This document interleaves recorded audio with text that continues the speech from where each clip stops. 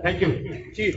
बिल्कुल, जिस तरीके से अगर देखा जाए युवा देश की रीढ़ की हड्डी होती है, ऐसे में कुछ युवाओं से भी बात करेंगे, कौन सी सरकार होनी चाहिए। हमारे बीच कुछ युवा है जी, कौन सी सरकार आपको लोकसभा चुनाव में? देखिए, सरकार तो वो होनी चाहिए। अगर मैं हिमाचल प्रदेश के मुद्दों की बात करूं तो हिमाचल प्रदेश की जो जनता है वो ज्यादातर जो यहाँ के निवासी हैं, जो यूथ है यहाँ का, वो आर्मी में जाता है।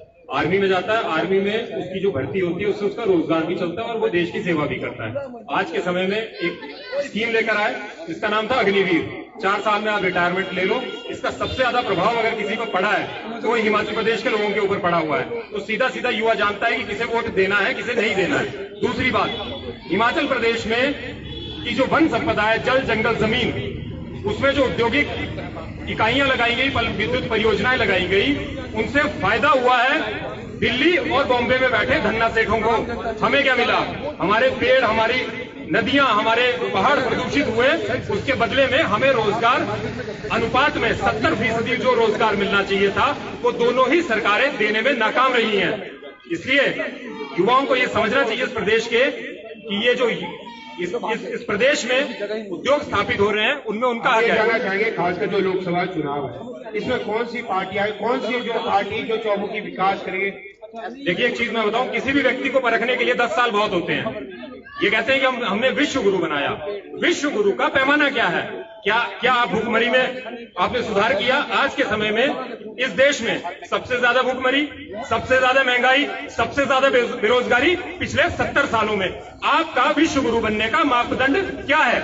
किस आधार पे आप कहते हैं कि मैं विश्व गुरु, स्वघोषित विश्व गुरु? आप खुद को ट्रॉफी दे रहे हो? ये तो कोई मापदंड नहीं है। बिल्कुल, एक चीज आपके पास जरूर आएंगे, आप यहाँ जरूर आएंगे। हम भाजपा से जाना चाहेंगे जी। जिस तरीके से इन्होंने कहा कि जिस तरीके से रोजगार होना चाहिए, अन्य चीजें होनी चाहिए, क्या कहना चाहेंगे? मैं कहना चाहता हूँ कि रोजगार के मामले में थोड़े आंकड़े हैं। पिछले 10 वर्षों में करोड़ों युवाओं को रोजगार मिला है। जहां तक ये विश्व गुरु की बात करते हैं, आज कोविड के टाइम में अगर वैक्सीन मोदी जी की सरकार ने बनाई है, पूरे दुनिया को वैक्सीन दी गई, ये हिंदुस्तान के लिए। और जहां तक मैं कांग्रेस के प्रवक्ता से और आम आदमी के प्रवक्ता से कहना चाहता हूं कि ईडी और सीबीआई पर आरोप लगाने से पहले अपने गिरेबान में झांके। ये तो उल्टा तोड़ कोतवाल को डाले।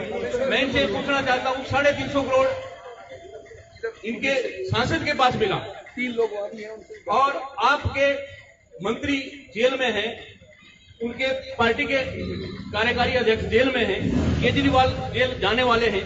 क्या सीबी और ईडी पर आरोप लगाते हैं कि तथ्यहीन है, इन्होंने घोटाले किए हैं, वो जेल के अंदर जाएंगे?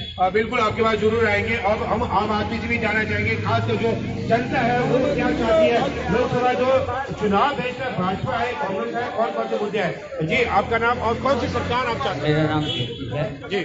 मैं उस सरकार को चाहूँगा जिसने विकास करवाया है और इस जैसे सड़क, स्वास्थ्य और शिक्षा में पिछले 10-15 साल से बहुत ज़्यादा प्रगति हुई है और ऐसे लोग गरीबी से कम हुई है। तो हम तो इसी सरकार को चाहेंगे। कौन सी सरकार? मोदी सरकार। और आने वाले समय में मोदी सरकार क्या क्या करे? सीमाएं सुरक्षित हुई हैं, उनको ज़्यादा मजबूत करे। स्वास्थ्य, शिक्षा, हर चीज़ पे काम चला हुआ है। उनको आने वाले टाइम में 10-15 साल में हमें अच्छे रिजल्ट आएंगे और हम चाहते हैं कि हमारा देश प्रगति करे, लेकिन अच्छे रिजल्ट। बिल्कुल, इसका जवाब हम कांग्रेस से भी जानना चाहेंगे। जिस तरीके से जो सीमावर्ती जो क्षेत्र है, मोदी सरकार के समय में जो 10 वर्षों में जो सीमा है वो सुरक्षित रही है, ये कहना है, क्या कहना चाहिए? देखिए, जहाँ तक सीमाओं का सवाल है, आपको पता है चाइना इन्वेजन हो रहा है। आज वो जो साइंटिस्ट वहाँ पे ले में बैठे हुए हैं, आज उनका 11वां दिन है अनशन का। उनसे पूछिए कि उनके मुद्दे क्या है, उनकी ऑटोनॉमी क्या है और किस किस मुद्दे के ऊपर बैठे हैं। डेली वो जो है सोनम वांगचुक, वो सारे के सारे उसके अंदर आ रहे हैं और सारा का सारा वहाँ पे चल रहा है। मैं एक चीज और कहना चाहूंगा कि भारतीय जनता पार्टी ये कहती है कि हमने इसके अंदर सर्वांगीण विकास किया है।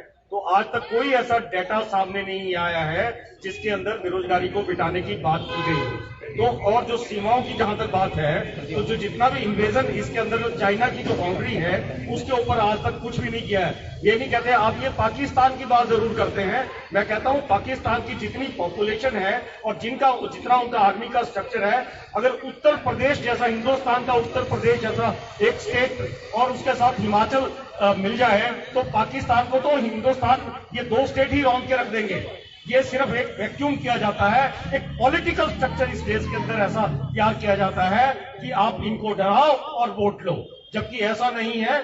वहां पे भी वैसे लोग रहते हैं जो बड़े कल्चर्ड लोग हैं। ये सिर्फ वोटों की राजनीति की जा रही है और ये सारे के सारे जितने भी हंगामे किए गए हैं ये भारतीय जनता पार्टी की देन है। ये सारा के सारा ये घड़ित चीजें जो हैं वो सामने आई हैं। बिल्कुल इसका जवाब जानेंगे भाजपा से, जिस तरीके से इसने आरोप लगाया, क्या कहना चाहिए?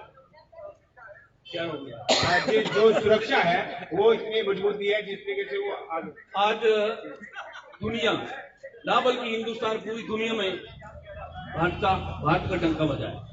चाहे एयर स्ट्राइक हो, चाहे कितना, आज पहले दिल्ली से परमिशन लेनी पड़ती थी, लेकिन आज एक गोली वहां से आती वहां से उड़ा जाता है। सुरक्षा की दृष्टि से तो भारत बहुत आगे है। और मैं ये कहना चाहता हूं इनको कि इनके अभी प्रत्याशी भी कांग्रेस पार्टी के अभी तक तय नहीं हुए, कोई लड़ने के लिए तैयार नहीं है। ये भारतीय जनता पार्टी के आगे कहीं नहीं दिखती। भारतीय जनता पार्टी हिमाचल में 4 सीटें जीतेगी और पूरा भारतीय जनता पार्टी विश्व गुरु जो हिंदुस्तान बनने वाला है नरेंद्र मोदी जी के नेतृत्व और तीसरी टर्म में मोदी जी देश की प्रधानमंत्री। बिल्कुल जिस तरीके से कह रहे हैं भाजपा ने 2 प्रत्याशी। एक क्वेश्चन भारतीय जनता पार्टी से पूछना चाहता हूं, पुलवामा अटैक के जो दोषी हैं आज तक उनकी इन्वेस्टिगेशन क्यों नहीं की गई? पुलवामा में हमारे 40 से ज्यादा जवान जो हैं उनको मारा गया है, उसके ऊपर आज ये कह रहे हैं कि सर्जिकल स्ट्राइक की गई है, लेकिन आज भी जो लोग पुलवामा अटैक में थे उसकी इन्वेस्टिगेशन कहाँ है? ये सबसे बड़ा प्रश्न है आज की देश के अंदर। आप बताइए इस चीज को, पूछिए भारतीय जनता पार्टी के। बिल्कुल जय सिंह क्या भी कुछ कहना चाह रहे जी? नहीं, ये कह रहे हैं कि देश सुरक्षित है। मैं कहना चाहता हूं पुलवामा अटैक भारतीय जनता पार्टी के कार्यकाल में ही हुआ। कहां थे प्रधानमंत्री से वीडियो बनवा रहे थे, अपनी फिल्में खिंचवा रहे थे। और इसके अलावा आप देखिए कि जो बड़ी बड़ी बातें कर रहे हैं, 71 में इंदिरा गांधी ने पाकिस्तान के 2 टुकड़े किए हैं।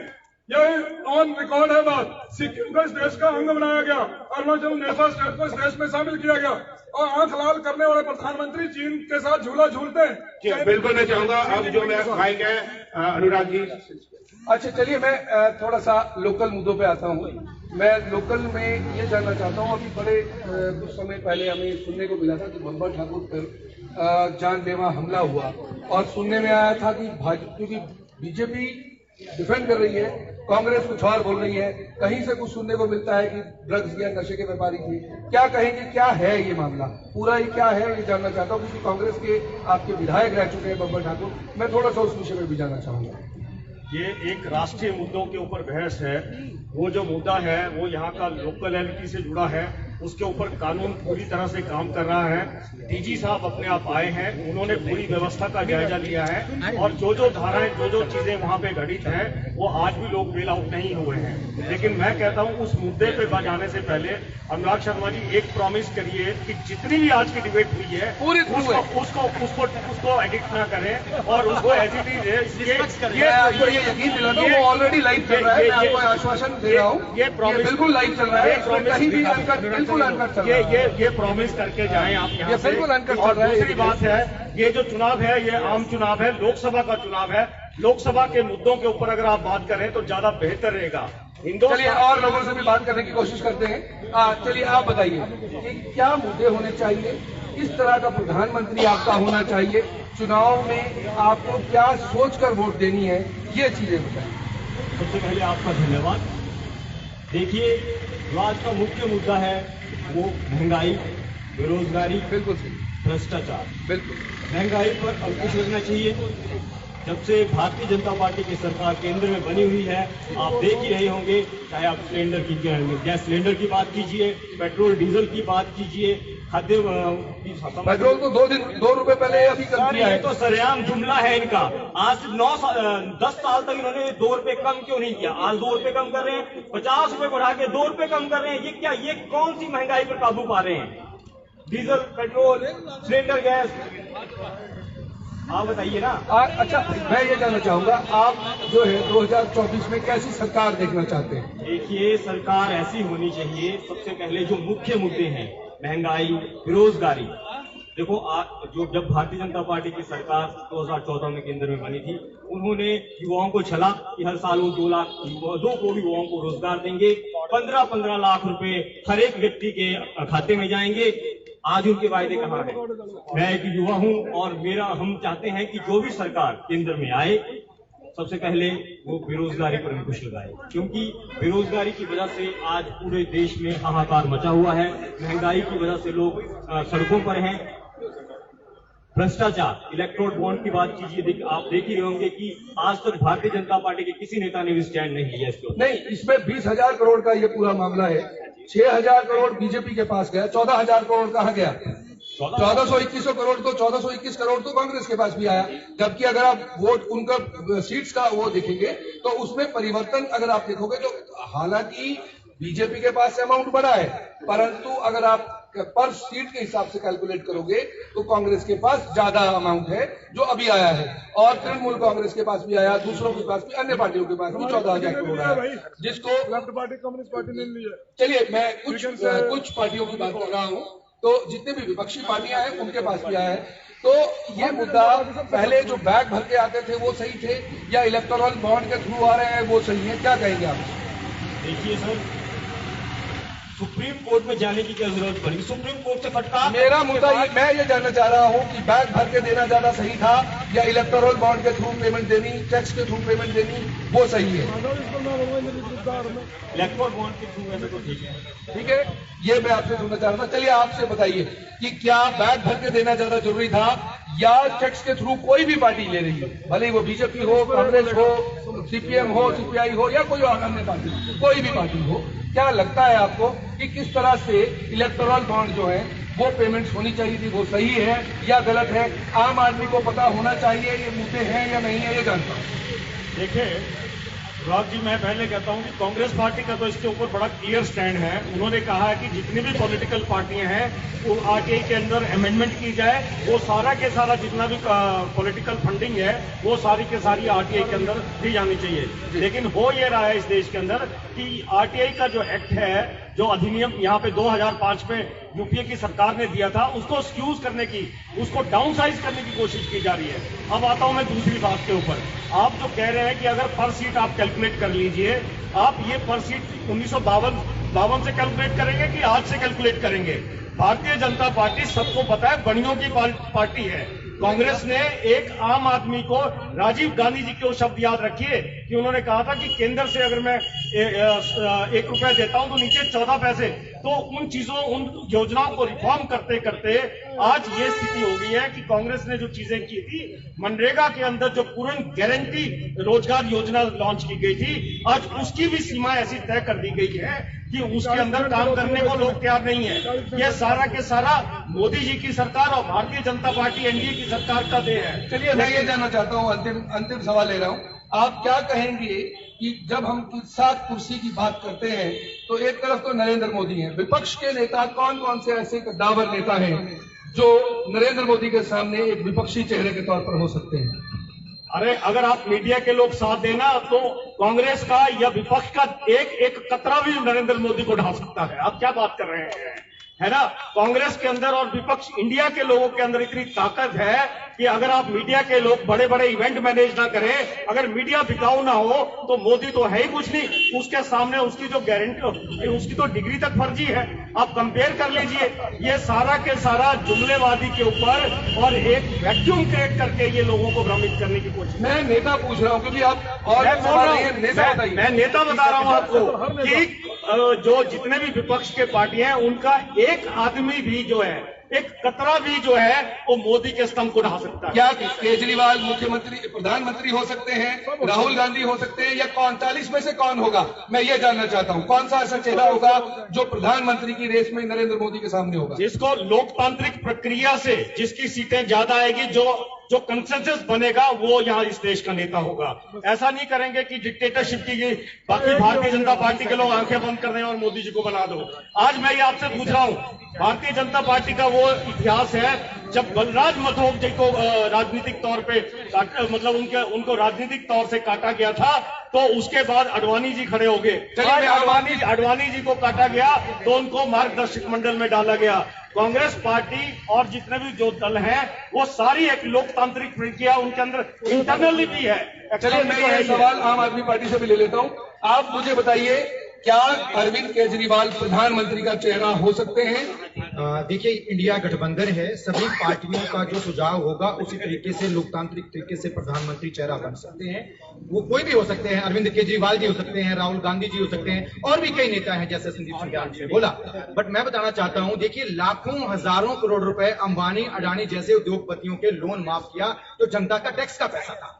11 लाख से ज्यादा व्यापारी हमारे देश से मोदी काल में भगा दिए गए, जिनके ऊपर रेड डलवाई और उन्हें चंदा मांगा गया, डिक्टेटरशिप की गई। तो जिन्होंने चंदा नहीं दिया पार्टी को, 11 लाख व्यापारी भागे हैं। और ये जो इलेक्ट्रिक बॉन्ड आप देख रहे हैं, इनमें देखिए कि कौन सी डेट को उनके ऊपर रेड डाली गई, और जिसने चंदा दे दिया उसको रख दिया मोदी जी ने, अदरवाइज बाकियों को।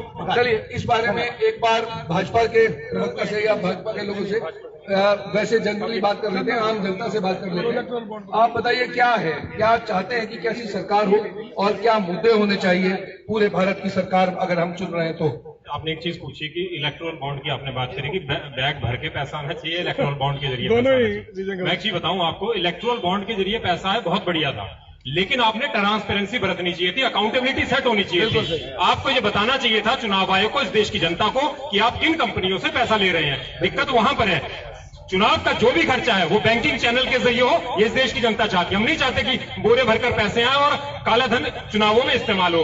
तो प्रक्रिया सही थी, उसमें ट्रांसपेरेंसी बरती जानी चाहिए थी। बिल्कुल, बहुत बढ़िया सवाल का जवाब दिया आपने। आप बताइए कि क्या आपका प्रधानमंत्री मोदी की तरफ क्या सोचते हैं कि क्या वो 2024 में भारत के प्रधानमंत्री बनेंगे? अवश्य मोदी मंत्र चलेगा, अवश्य चलेंगे। जिनके पास कोई प्रत्याशी खड़ा होने के लिए हो रहा है वो प्रधानमंत्री बनेंगे। आप बोलते हैं इंडिया गठबंधन, कहाँ इंडिया गठबंधन है? पंजाब में कांग्रेस और आप पार्टी लड़ रही है, दिल्ली में इनका गठबंधन नहीं हो रहा है, हर जगह इनका, बिहार में इनका गठबंधन उठ गया।